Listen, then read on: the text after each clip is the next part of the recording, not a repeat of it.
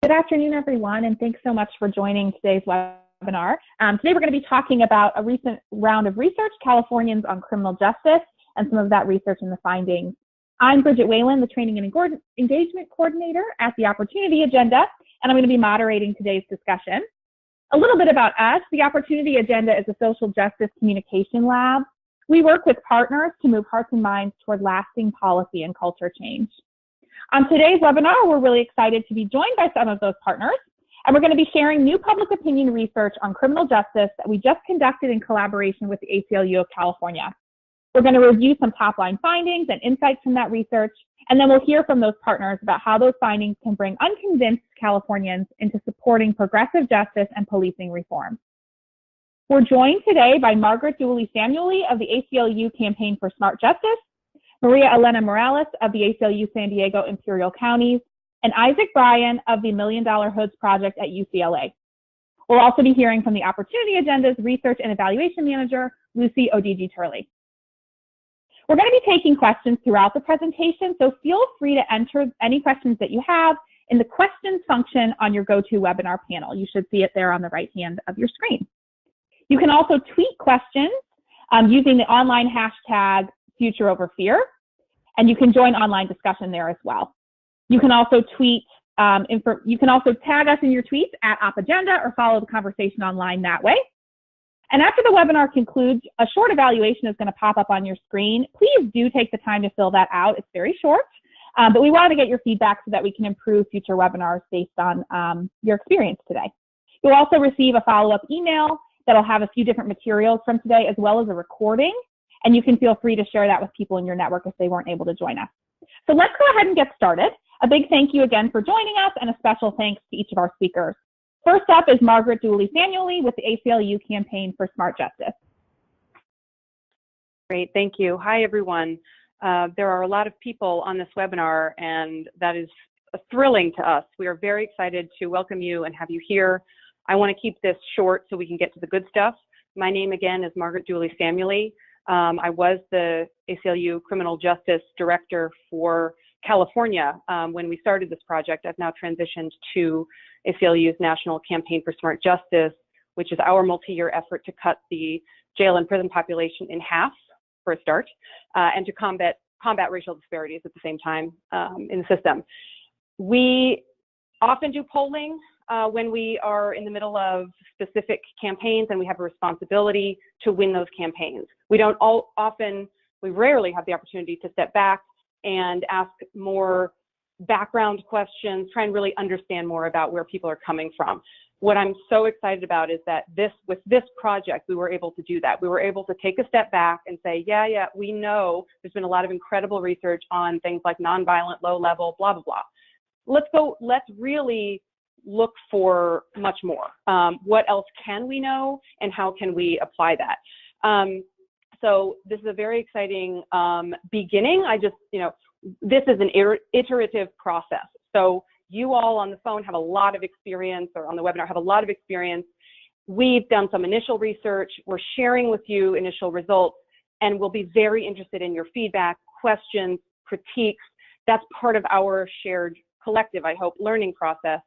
And as we think about what we might do next in way of research, or what others may already be doing or may seek to do in research after this, we're very excited for all of that. This is part of that learning, as I said.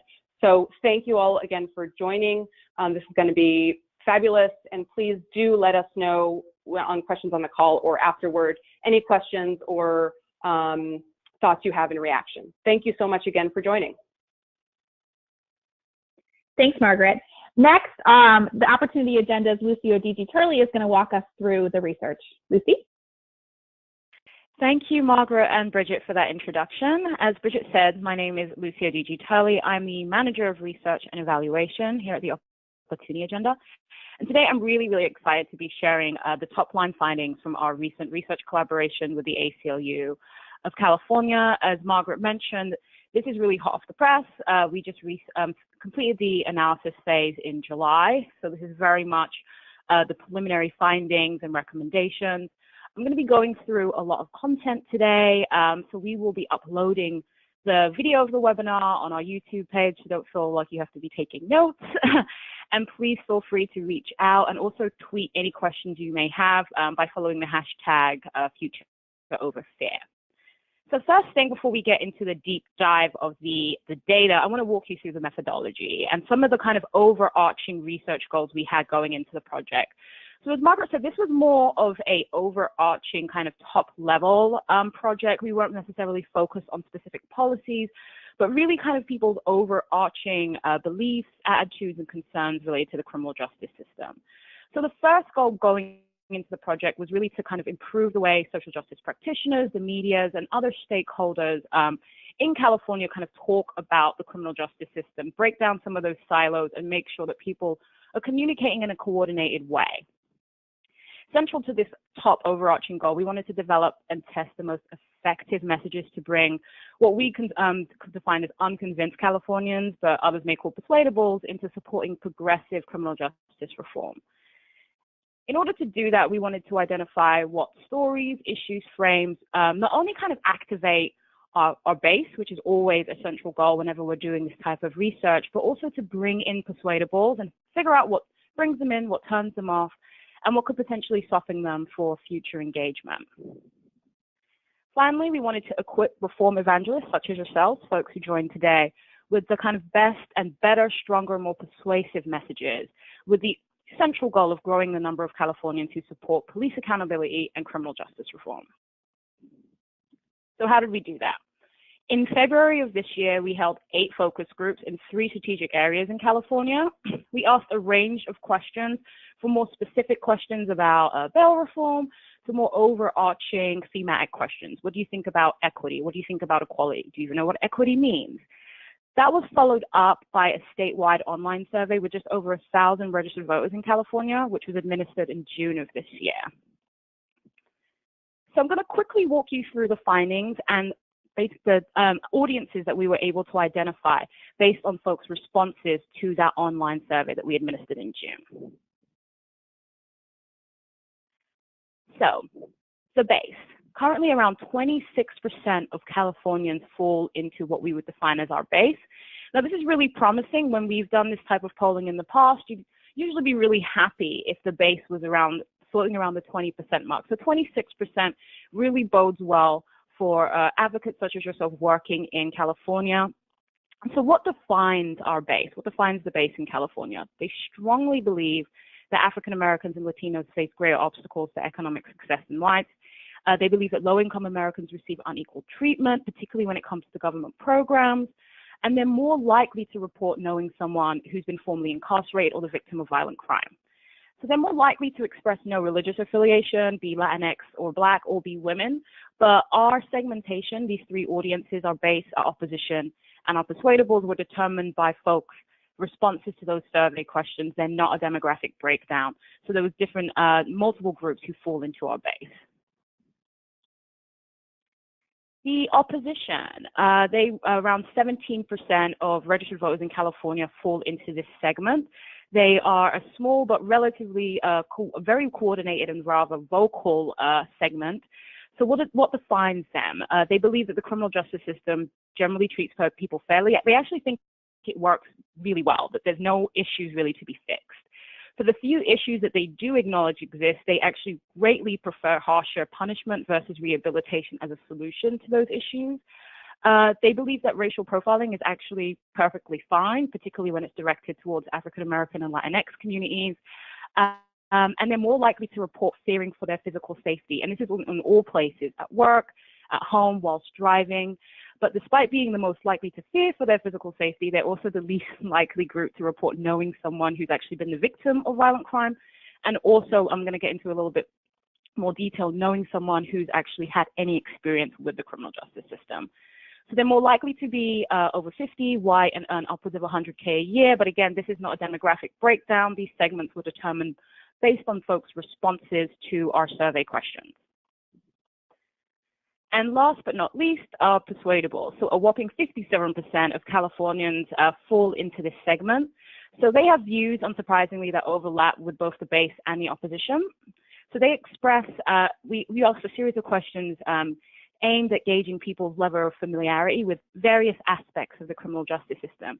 And the persuadables are really not confident about their knowledge of the system. And so this includes what prosecutors do, what public defenders do, and they're really divided on their preference for rehabilitation versus harsher punishment.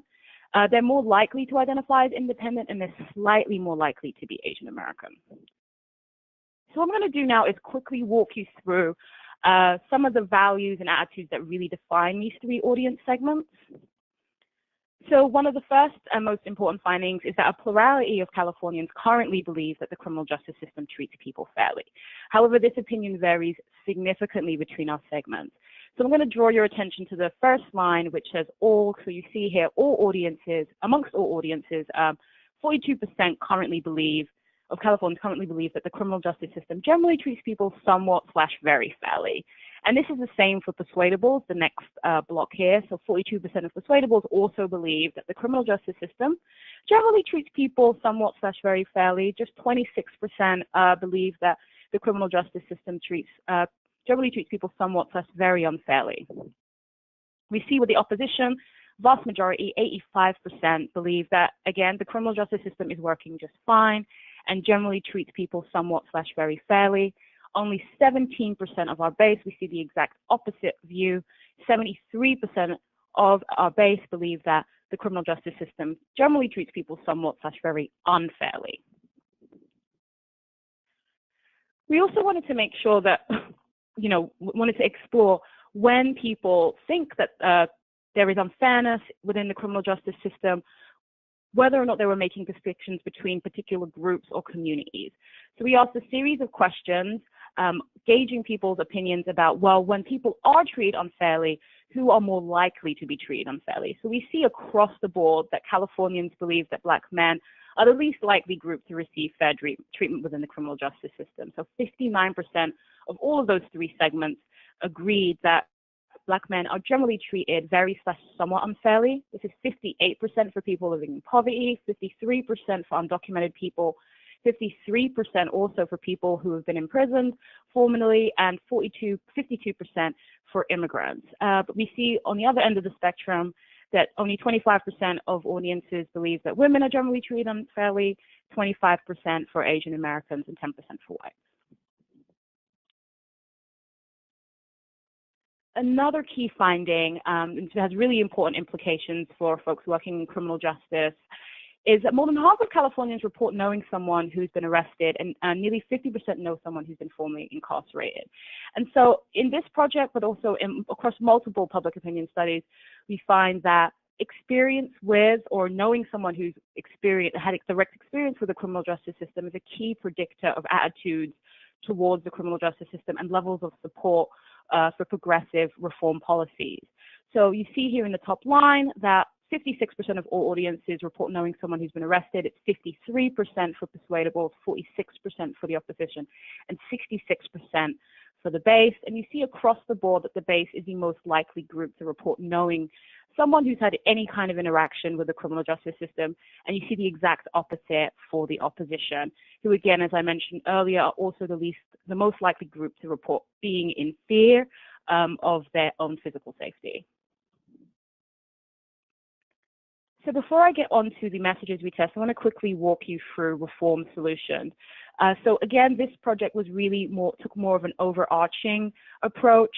We really wanted to know generally how people thought more broadly about the criminal justice system, but we did include some questions that gauged their views about particular policy solutions.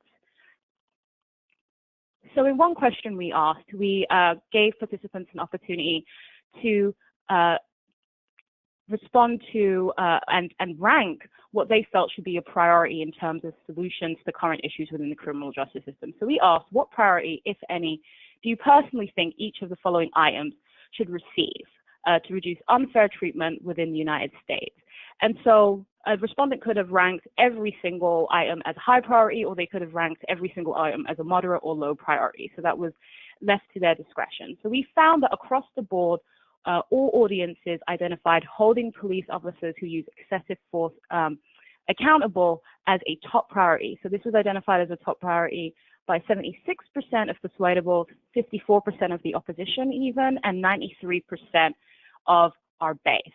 other issues that were generally identified as high priorities, particularly amongst our base, include addressing instances of police brutality, ensuring people of color are treated fairly by law enforcement, enforcement and within the criminal justice system, and minimizing the interactions people suffering from substance abuse have with the criminal justice system. On the other end of the spectrum, we found that there were particular policies that generally were not ranked as frequently as high priorities amongst all segments. Now, actually, excluding the base, who generally was more likely to rank things as a high priority, every item as a high priority. So we see here even the lowest priority amongst our base, 59% still ranked as a high priority. But what we did find is that amongst all three segments, reducing the cost of bail was the lowest reform priority. And so this appears to be based on conversations that emerged in the qualitative section in our focus groups, mainly due to a lack of knowledge about what bail is and what function it's supposed to play. So you'll see here on the bottom line, only 39% of persuadables identified reducing the cost of bail for low-income Americans as a high priority. This was 37% for the opposition and 59% for our base. Other items that didn't receive as high of a priority score from our persuadables were ensuring the low-income Americans are treated fairly and ensuring LGBTQ Americans are treated fairly. So now onto the fun part, the messages that we tested. So during the project, we actually tested 3 formats of messages: written, audio, and also some pop culture or entertainment clips. So today I'm going to be sharing with you some of the audio messages that we tested and also one of those popular entertainment messages that we tested. So for those of you who are not familiar with dial testing, what you're going to see is 3 lines. The purple line is the opposition, the green line is the persuadables, and the orangey line is our base. All 3 segments begin on the 50% mark. When they are dialing up, they're hearing something that they like. When they dial down, if they're hearing something that they don't like or does not resonate with them. And the first message I'm going to play you is the opposition message. It's something that I'm sure you'll be all very familiar with. It's the kind of fear-based narrative, the law and order messaging that we know, unfortunately, is really, really effective, particularly with persuadable audiences. So here is the opposition message. The criminal justice system exists to keep us safe. For that to happen, our police, judges, lawyers, and correctional officers have to ensure that people who break the rules face consequences. Some say that the system isn't fair, that it discriminates against poor people and minorities. Some say we lock up too many people in general. But the reality is that people who go through the system are judged not by the color of their skin, but by the content of their choices. And the people there have acted in ways that we, as a society, have decided are unacceptable. Most people, regardless of poverty or their race, resist the temptation to commit crimes. If people choose to follow that temptation, it's only fair that they pay the price. Now, I always enjoy watching the opposition message. It's just fascinating to watch how the base and also the persuadables react. So you see this message at the beginning tended to confuse all 3 segments because they all thought were in general agreement. The criminal justice system exists to keep us safe. It's a value that all 3 segments get behind. They're dialing up. And we see that the opposition begins to dial down drastically as soon as they hear any kind of critique of the system. So some say the system isn't fair, it discriminates against poor people, because as we saw earlier, we were talking about the audience segments, the opposition really does not believe that there are any issues in the criminal justice system. But then we begin to see them dial back up when they hear the reality is that people who go through the system are judged not by the color of their skin, but by the content of their choices, that great co-opting of MLK's message. And then we begin to see that the base finally catches on to what's happening and they're dialing down as fast as they humanly can. So the next message I'm going to play you, and again, it's good news of this message, along with the other messages I'm going to play you, perform just as well as this opposition message, or actually beat the opposition message with both our base and persuadables. And so the next message is called We Can Do Better. So in both the polling and the focus groups, we found that both the base and the persuadables are in general agreement that the criminal justice system needs to be reformed. It's not working. However, when we spend too long talking about the issue and the problem, we tend to lose our persuadable audience. So we wanted to test a message that really stressed the fact that we can do better, that we actually do have the power to fix the system. And so this message also makes specific reference to particular policy solutions. So again, this message is called We Can Do Better.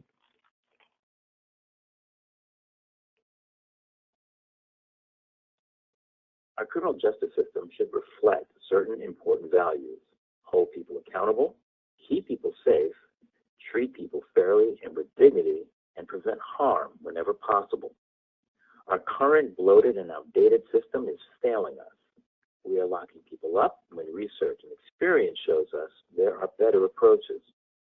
We are spending far too much money on prisons while programs that we know prevent crime, like drug treatment, job training, and an effective public education system, languish. We can do better. So we see here that we begin to lose the opposition when we start talking about any kind of critique, our current bloated and outdated system. But that's actually when we actually see the persuadables begin to dial up. And when we talk about drug treatment, job training, and effective public education, we see both the base and the persuadables begin to dial up because, again, very solution-oriented messaging and also being very specific about what those solutions are really resonates with both of these two key audiences. So the next message I'm going to play you is called Equal Justice. We've had many conversations with our partners and also whilst, during the focus groups about how to talk effectively about the racial inequities within the criminal justice system and how to do it in a way that holds our persuadable audiences. So this is a message where we really wanted to experiment with explicit messaging, talking about the inequities that Black and Latinx Americans specifically face within the criminal justice system. So this message is called Equal Justice.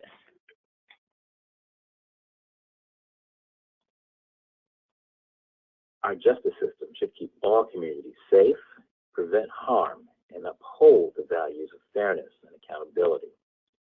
But too often, racial bias in policing and prosecution results in longer, harsher, and unnecessary incarceration of Latino and Black Americans.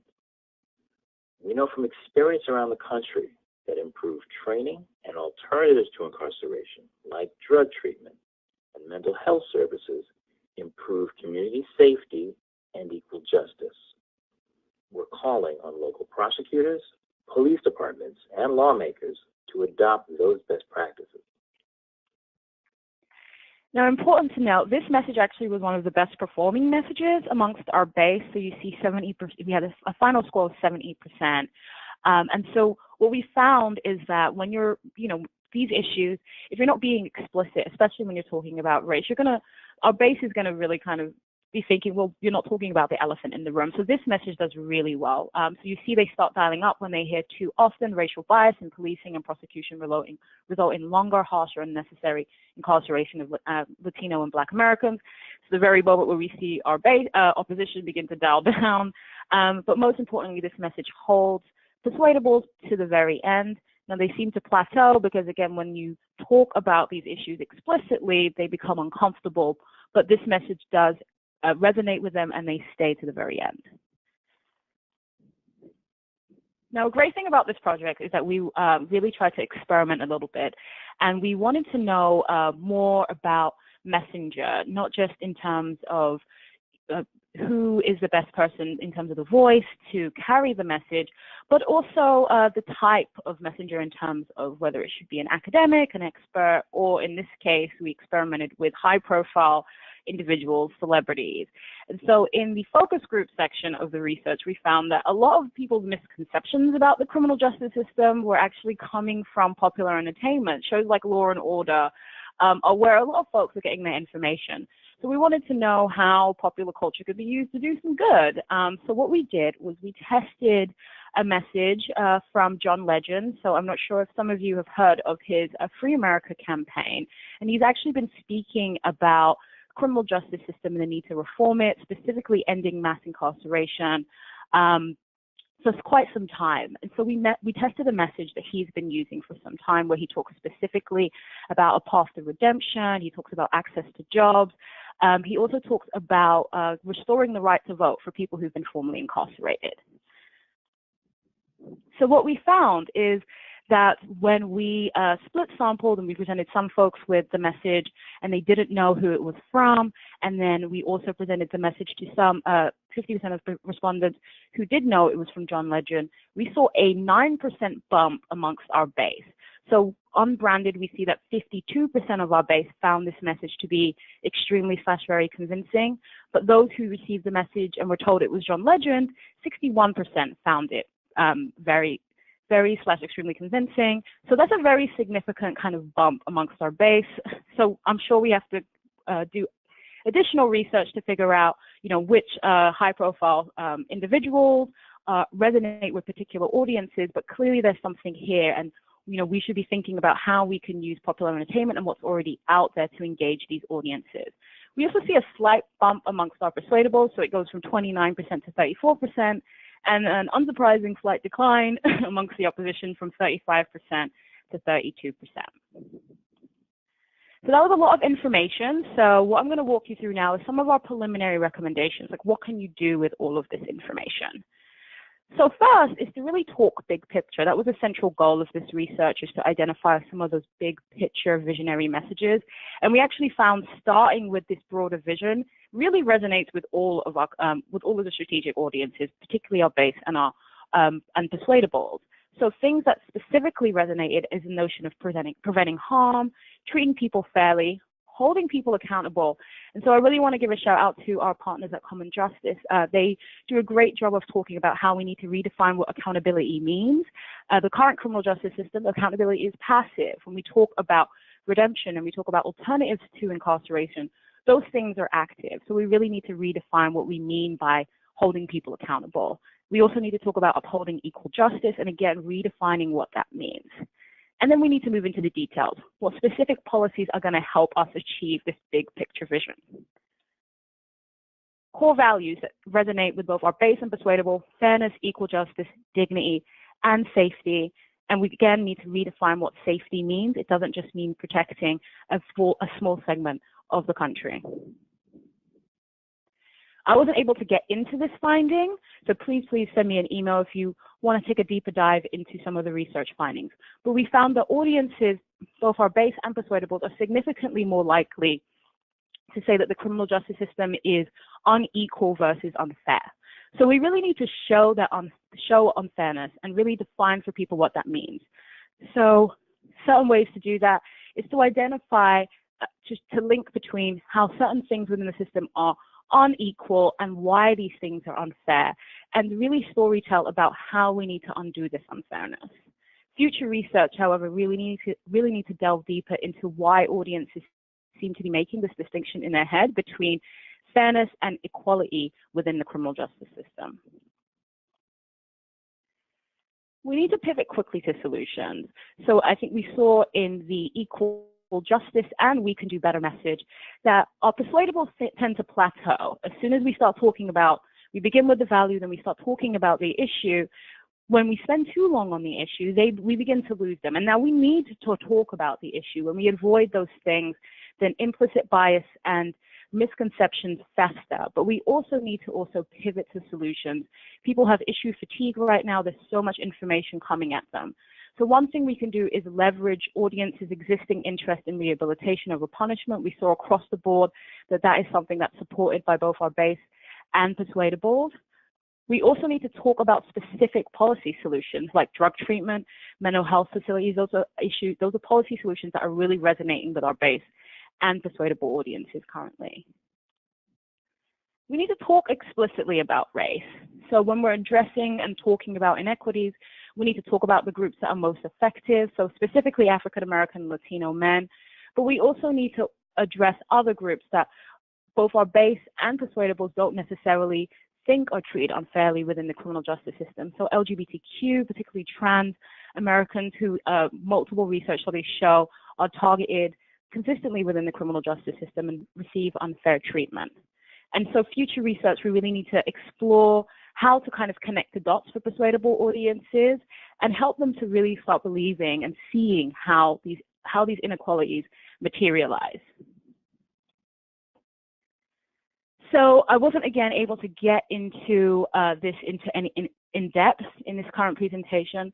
However, we found that all audiences, but mainly our base and persuadables, because that's the ones we're interested in and trying to reach, they are actually quite skeptical right now when we mention research experts and academics as the only experts or the sources of information. Now, that does not mean that we should secede experts or that we shouldn't be turning to researchers and academics, but it means that we have to be aware of that skepticism. And we really need to also work to redefine what we mean by expert. So we're finding that folks, if we're just using that as a catch-all and assuming that's going to be a persuasive tool, it isn't. Most folks right now in the current environment are actually really skeptical about sources of information, and also really skeptical when you just frame things as an expert says or research says. You need to go into more detail about who the spokesperson is and find different ways to storytell without just using those catchphrases. However, in future research, we really want to experiment with different types of information and different spokespeople and different ways of defining who and what is an expert. And finally, we need to experiment with pop culture. As you saw with the reaction to the John Legend message, it seems to really resonate, particularly with our base. And so we need to figure out ways that we can incorporate that into what we're already doing, whether it's our social media channels, into our press releases. That content's already out there. So possible reasons as to why people, our base seems to react really positively to the John Legend message in particular, but we also tested other messages that really did well with both our base and persuadables, is it's an unexpected messenger. They're being entertained. They're not necessarily expecting for someone like John Legend to be speaking about criminal justice, so maybe they're caught off guard, but they, it's someone new talking about an issue. The mix of visuals and audio, we're human beings, people like to be entertained, and so when you have that mix of visual and audio, they're stimulated in ways that maybe a written message or an op-ed doesn't usually reach them. Also, it's showing the problem rather than just explaining it, which is really, really important, particularly for reaching and educating new audiences. So that was a lot of content, so I'll stop there and I'm going to open it up for questions. Thank you. Thanks, Lucy. Again, if you do have questions, go ahead and submit them on that question panel in your GoToWebinar screen, or you can also submit them on Twitter using the hashtag #FutureOverFear. We did get a couple of questions, Lucy, and then we have more time for questions at the end. But just to kick it off, a question from one of our participants. Did you test having former law enforcement people or current law enforcement people as messengers? Similar to that, there's a question around formerly incarcerated people as messengers. Were those any messengers that you tested? No, we did not test any law enforcement as messengers. We did include a popular entertainment clip from John Oliver, I'm sure some of you know, which included a story of a man who was formerly incarcerated. However, it wasn't him telling the story. It was coming from John Oliver, and he was really telling that story. And this is something that we do want to experiment with in follow-up in kind of the phase 2 of this research, because as we found, people really want us to expand what we mean by expert. And I think really we need to kind of experiment with who the spokesperson is and who's the person telling the story. And directly impacted folks are definitely a spokesperson that we want to experiment with. Thanks, Lucy. And then just quickly, you shared the level of people's understanding that certain groups are treated unfairly within the system. Did you include people with mental health challenges in that listing? Did you test that? I do not believe people with mental health challenges was included. There was a question that meant reference specifically to them, but in that breakdown, I do not believe that was a group that was included. But that is something that we also want to touch on in phase 2 of the study. Great. I want to turn now to a couple of our partners who have joined us to discuss some of the implications of this research. So we're joined by Isaac Bryan. He's with the $1 Million Hoods Project at UCLA, and Maria Elena Morales of the ACLU San Diego Imperial County. Thank you both so much. I'll give you a question and you can both respond. Just some of your general thoughts on the key findings from the research that we just presented and what implications they have for your own work. And we can start with Maria Elena, please. Good morning, everyone. I'm Maria Elena Morales, and I'm the person that likes to bring the elephant into the room. So I am a former incarcerated leader within California, and with my work here at the ACLU of San Diego and Imperial Counties, being primarily focused around centering the leadership of former incarcerated people, we have been using the tools of storytelling as a way to carry the message of how we've been impacted by the system. So it's great to see time and efforts being put into this research, because it gives us the opportunity to see what needs to be more invested in our own background and how we kind of carry our stories, as well as an opportunity to educate those who are working to advocate for people from our background.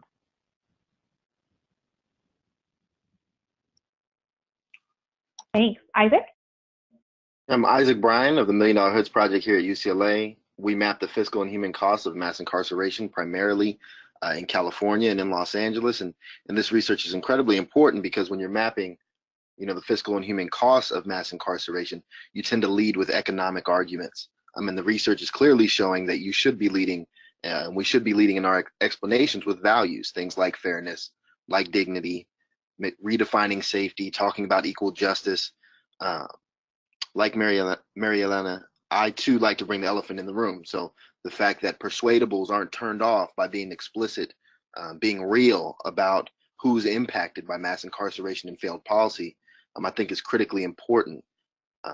And so this research is incredibly valuable, and I thank y'all for doing it. Thanks, Isaac. While you have the floor, I want to touch, you work on bail reform as one of the key issues of your work. And one of the key findings in this research is that Californians did not rank that as one of their highest priorities as far as criminal justice reform efforts, but that was mostly due to significant knowledge gaps about what bail is and how it is intended to function. What's your reaction to that specific finding? First, I'm disappointed because it should be much higher on folks' lists. But I think, again, it has to do with explaining the values that we all share and how bail is in violation of those values. I also think the way that question was particularly phrased, reducing the cost of bail, kind of detracted from those values in and of itself, because then people are thinking about, the monetary values instead of the right that everyone has a right to pretrial freedom and the presumption of innocence, and that those values of fairness and equal justice under the law should be something that we lead with. And so here in California, we're talking a lot about the cost of bail and the economic impact. And clearly we need to be talking more about those values. So I think the misinformation is clearly something that's out there, and it's a good time for advocates and those on the front lines talking about this issue to readjust the way that we're talking about it. Great, thank you. Maria Elena, Lucy touched on the question of audiences being skeptical of spokespersons when we call them experts or researchers. And you touched on this importance of, putting people out front who have actually been impacted by the system as possible messengers. Tell us a little bit about, how we storytell around the criminal justice system and what implications this research has for that. Well, first we have to look at how the word expert is viewed and used. The word expert means power to people, and we're in a time where power has been abused drastically. In a study that was published in 2015, a psychological scientist, Frederick Hendricks, coined the term epistemic trustworthiness. And this refers to our decision to place trust in, listen to an expert, when we need to solve a problem that's beyond our understanding. But to create this, we need three characteristics. One being expertise, two, integrity, and three, benevolence. Because knowing information is not enough anymore. It takes an honest and good-hearted person to carry that message. So to me, this means we talk about expertise. We need to authenticate the meaning. Who are the experts when we talk about the criminal justice system? Because every day I go home, I don't get to leave my job at the office. It goes home with me. Because deep inside I carry a 17-year-old girl who is 4 months pregnant and in shackles, walking with her head down in shame into a courtroom, not even realizing that my unborn child was incarcerated before she was born. While I make dinner at night, the 9-year-old pregnant mom addicted to methamphetamine, who answers the door at 5 a.m. and is put into handcuffs, worries that my 8-year-old son, who's outside hanging out with his friends, might get beaten by the San Diego Police Department again. And when I lay my head down to rest, the young woman who was placed into handcuffs sees her 1-year-old daughter behind a glass, and she's screaming because she can't touch her mom. This makes me the expert. So where do we begin? I believe we need to replace the negative stigmas of power and turn them into empowerment with true and authentic experiences coming from people who have real-life connections to the criminal justice system, including myself, my children, people who are coming in and out of the system. If we go back and look at this slide asking Californians who do they believe are treated most unfairly in the U.S. criminal justice system, you will find that I fall under the top group because I'm a person who's living in poverty and I'm also formerly incarcerated. That does not even include that I'm a woman of color. People would call these my barriers, but I want to show you how we as formerly incarcerated people are using them to talk about our expertise within the criminal justice system. One, there are over 40 community colleges and universities in California that have on-campus organizations led by formerly incarcerated student leaders. We have formerly incarcerated people graduating from top universities with their masters and PhDs throughout the country. We have formerly incarcerated people using the bar and working at the White House. We have people who've been out for only 3 months, learning to own their own personal experiences and stepping into their own leadership as formerly incarcerated people. We have formerly incarcerated people who sit on their state advisory committee, the United States Commission on Civil Rights. And we have people who are currently incarcerated right now, starting college for the very first time. And within the ACLU, 19 formerly incarcerated staff members are working to cut prison and jail rates in half through the Campaign for Smart Justice. This is how we're doing it, through our own and pure authentic selves. And I'll leave you with this last statement, or messaging as we call it in research. I saw on social media on Facebook that will forever be locked in my mind, because this is how I believe I'm supported by my colleagues and my community. We do not have to be the voice of people who are incarcerated. They have a voice. We just need to lean a little close enough to listen. Don't tell their stories, leverage it. And as long as we continue to be supported and to carry our true authentic stories to the table, you are giving us opportunity that society took away from all of us a long time ago, and that's to be the experts. Thank you. Thanks, Marielena. You know, you're speaking from your personal experience, which is incredibly powerful. One of the things that we found in this research is that more than half of Californians report knowing someone who has been arrested or incarcerated. So, you know, may not have direct experience with the criminal justice system, but know people who have had direct experience with the system. What is your reaction to that, both you and Isaac? Was that surprising to you? No, for me, that's not surprising at all. I know part of what, you know, drove me to this work in a professional sense is having 3 siblings who have been incarcerated and a sibling who's currently incarcerated. I think mass incarceration, we have 2.2 million people behind bars right now here in LA County. On any given night, 17,000 individuals are in LA County jail alone. This system touches everybody. It touches you through your extended family. It touches you through your immediate family, through your friends and others that you love. And so that didn't surprise me at all. What I think did surprise me is that we're clearly not mobilizing folks that are impacted indirectly enough. We need, like Maria Elena said, we need those that have been formerly incarcerated and directly touched by the system to lead these movements. But those of us who know loved ones and know others that have been impacted, we too have to get mobilized. And I think some of the messaging from this presentation is clearly important in doing that. And I agree with Isaac. I'm not surprised at all. That was the first thing that came to my mind. I would be more surprised if I met someone who was or hadn't been arrested or incarcerated in California or even the United States. And when I look at my own personal experience, I go back and I was arrested 6 times at the time I was 17 years old. One of my daughters was arrested when she was 15, and my son was first arrested at 16.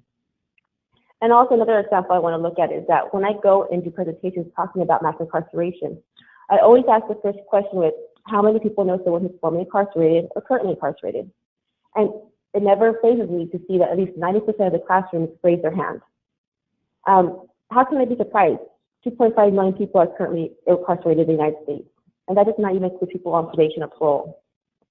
So my reaction to the question is, how open are we to do something different? Because what's being done is not enough.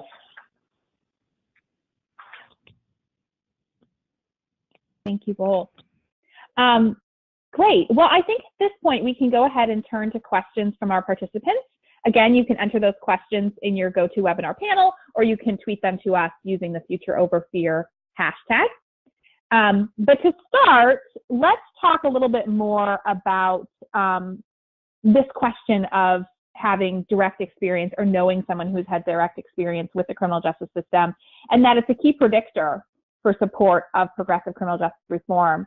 How do we use that? How do we use that to basically secure these reforms? How do we use that fact and that finding?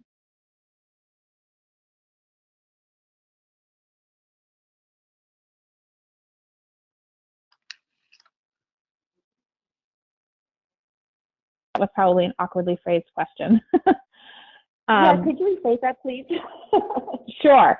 So one of the takeaways from the research is, again, that direct experience with the criminal justice system, and specifically knowing someone who's been directly impacted, is a key predictor of support for progressive criminal justice reform. How does that essentially speak to your own work and experiences? Yeah, I think myself, oh, go for it, Isaac. I think for us, it gives us a solid base of folks to share our research with, and to engage as advocates for disseminating new findings, new information. As we both said, this system is far-reaching and far-wide, and knowing that those that have been directly impacted and those that have been indirectly impacted are natural allies is something that we need to focus our efforts on, as far as sharing new information and empowering them with the right messaging and the latest data to then speak to persuadables and others who might be interested in learning more about the criminal injustices that are happening in our criminal justice system. And so it's critical in our work, particularly as researchers and those analyzing big data, to know who's most likely to be susceptible to our findings and passionate about sharing this research as we are. For myself, it really shows me how deeply rooted the impact the criminal justice system is within our country. We live in a society that criminalizes everything. We lock people up for suffering with mental health issues. We lock people up for suffering for drug addictions. We lock people up for being poor. We are in a country that's addicted to locking people up, let's be honest. The U.S. incarcerates people higher than any other country, and I believe people are actually tired of that, and that's what the research shows.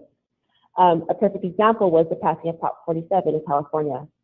50% of Californians voted in support of the initiative that would change felonies to misdemeanors for lower-level drug and property crimes. This confirms exactly what your research shows, that people are in support of rehabilitation and over punishment. And on top of that, the funding that was to come out of that, when the release of people being incarcerated, was able to give support for mental health issues, services, substance or use disorder treatments, or diversion programs. And I think that's a perfect example of a progressive means for us. Thank you both.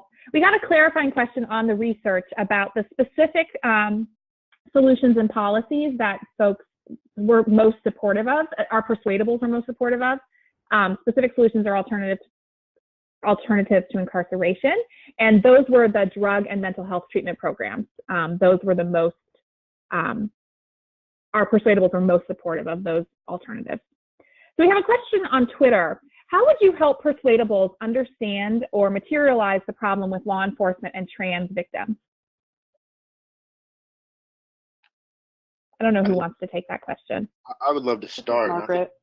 First, Sure. It's spreading awareness that this is happening and this exists, that there are people that are often forgotten and unseen in the criminal justice system who are just as adversely impacted, if not more, by different facets of it than others. And I think we need to spread awareness immediately and then talk about the specific instances in which trans individuals and others from the LGBTQ community are facing particular difficulties in terms of detention, especially where we know that a lot of our holding cells and jails and prisons are bifurcated by male and female gender assignments, and that's not all encompassing. And there's a whole group of people that are being left out or mono-classified in a way that doesn't fit with their identity, and we need to address that.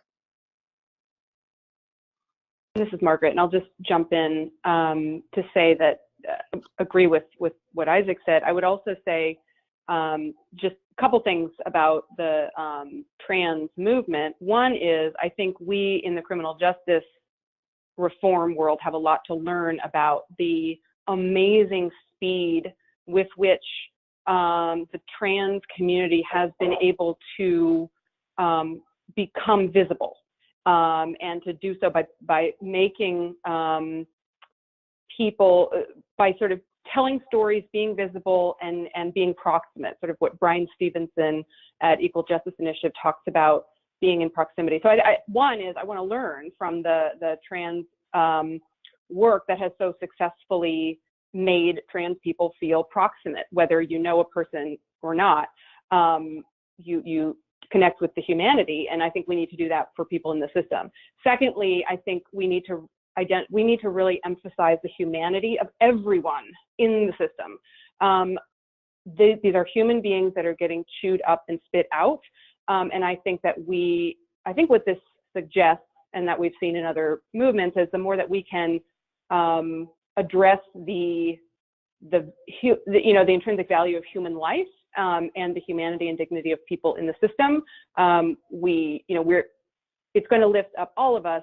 But we need to do that specifically. We need to be talking about identities and real people and who we are, so that we can be in proximity with each other. Thanks, Margaret. On this idea of proximity, we got a question on getting y'all's thoughts on tactics such as prison tours, where participants can witness prison conditions and engage with incarcerated people, as a tactic to increase engagement for persuadables and the opposition as well. Is it impactful? Is it something that you've seen work? I have mixed feelings on that. I think the closer you can get to the system and see the way it operates, the more inspired you will be to speak out and learn more. But I think, to Margaret's point about recognizing the humanity and dignity of those caught in the system, I don't want to turn incarceration into kind of a spectacle event where you walk through and you get to look at folks who are in cages. So it's just something to be conscious of if that's what you're going to do.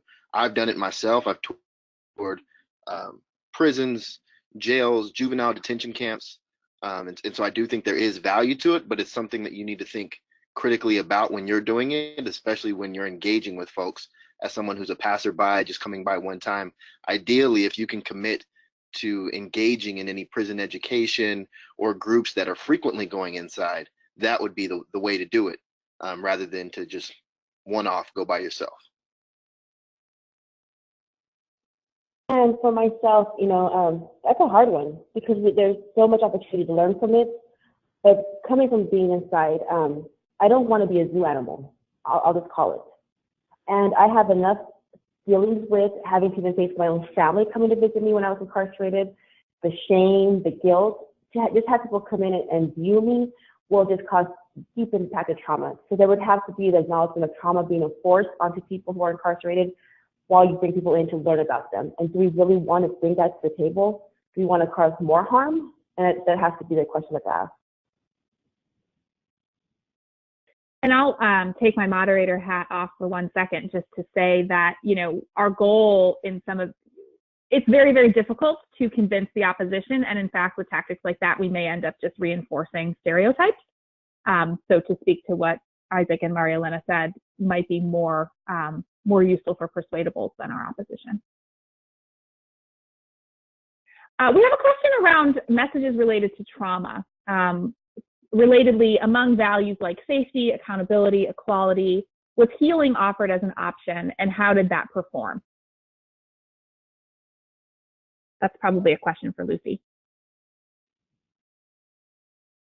Hey, Bridget, would you be able to, repeat that question? Sure. Did you do any testing around messages related to trauma?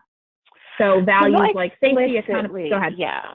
So yeah, there was definitely things that touched on safety, accountability. In terms of trauma, I'd say it was more implicit. So I know in the John Legend message, he talks about we can't afford to keep putting people in a system, broken people in a system, and making them more, but basically like traumatizing them more.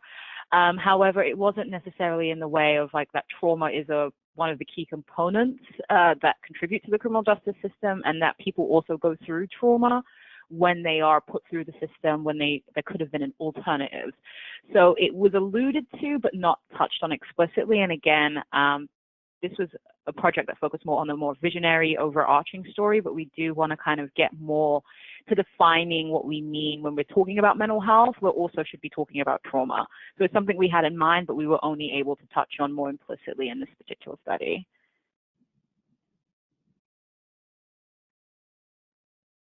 Great. I think we have time for just a couple more questions. Again, if you do have questions, go ahead and use that question function on your GoToWebinar panel. We did have a question around this cross pressure that persuadables feel. They're susceptible to a lot of different messages, and as we know, persuadables can hold two very different ideas in their heads at the same time. What do we know, if anything, about what actually moves persuadables over the long term, and potentially even moves them into our base? So from this project, oh, go ahead, Isaac. Go for it, Lucy. No, you go. I know that's what's been successful for me in our work here at $1 Million Hoods has really been leading with values, addressing the problem, using our research, our findings, our statistics to speak to the problem, and then suggesting potential solutions, alternatives to the way that we're doing it. That inspires people to move and to act, and I think that action, along with the education and tying it back to the core values, is what resonates with people and kind of brings them to the movement for the long haul. At least that's what we found here at $1 Million Hoods. I know for the work that we're doing, it's been really important and very relevant to build a connection. A lot of people don't realize when you talk about incarceration, it's a lot bigger than just people who've been to prison. It's people who have been to the juvenile hall system, people that have been, or just the juvenile system, people who've been county time, state time, federal time, detention time. So the conversation is a lot bigger than just prison. And I think we begin to talk about that and use the connection, because there are so many people that are who know people who've been arrested or formerly incarcerated, that it broadens that conversation to build that connection. I think people just assume it's prison. Yeah, and to follow up on that point, I think, I agree with both everything that's been said, but it is important, to Maria Elena's point, to tell that story. I think we talk about the criminal justice system, and I think at times make a lot of assumption about people's knowledge levels. And so one of the key findings of the research is that persuadables they lack confidence about their knowledge of the system. They don't understand how it works. They don't really know what prosecutors do, what district attorneys do. So I think, as Maria Elena and Isaac have both alluded to, we need to do a better job of telling a story about what the criminal justice system as an interconnected system is, how many people are come into contact with it, and they do not necessarily go to prison or go to jail, but they are coming into contact with the system. And so what does it look like? And really, using different strategies, using different spokespeople to tell that story. And we're seeing time again that people are getting a lot of their misinformation from popular entertainment. So we have to start also working with creatives so that they know some of the damage that they're doing, but also some of the good that they can do in terms of helping tell a more productive and realistic story about the current system and what needs to be fixed. Thanks, Lucy. That'll have to be the final word as we're running out of time. Thank you all so much for those thoughtful questions, and to our panelists for the really thoughtful answers as well. That was a really interesting and rich discussion. That's all the time we have left. I want to thank Lucy, Margaret, Isaac, and Maria Elena so much for sharing their knowledge and experience with us today. Thanks to the Opportunity Agenda staff who made today's webinar a success, particularly Elizabeth Johnson and Twana Hines. If you have any questions, please feel free to reach out to us. You probably all have Elizabeth Johnson's contact information, as the invite came from her, and you should feel free to reach out to her with any questions about today's material. You're also going to be getting a link of the recording of the webinar, and you should feel free to share that with your network. As a reminder, as you close out of GoToWebinar, a short evaluation is going to pop up, and we really, really appreciate you taking the time to fill that out. Thanks again so much for joining us today, and have a great day.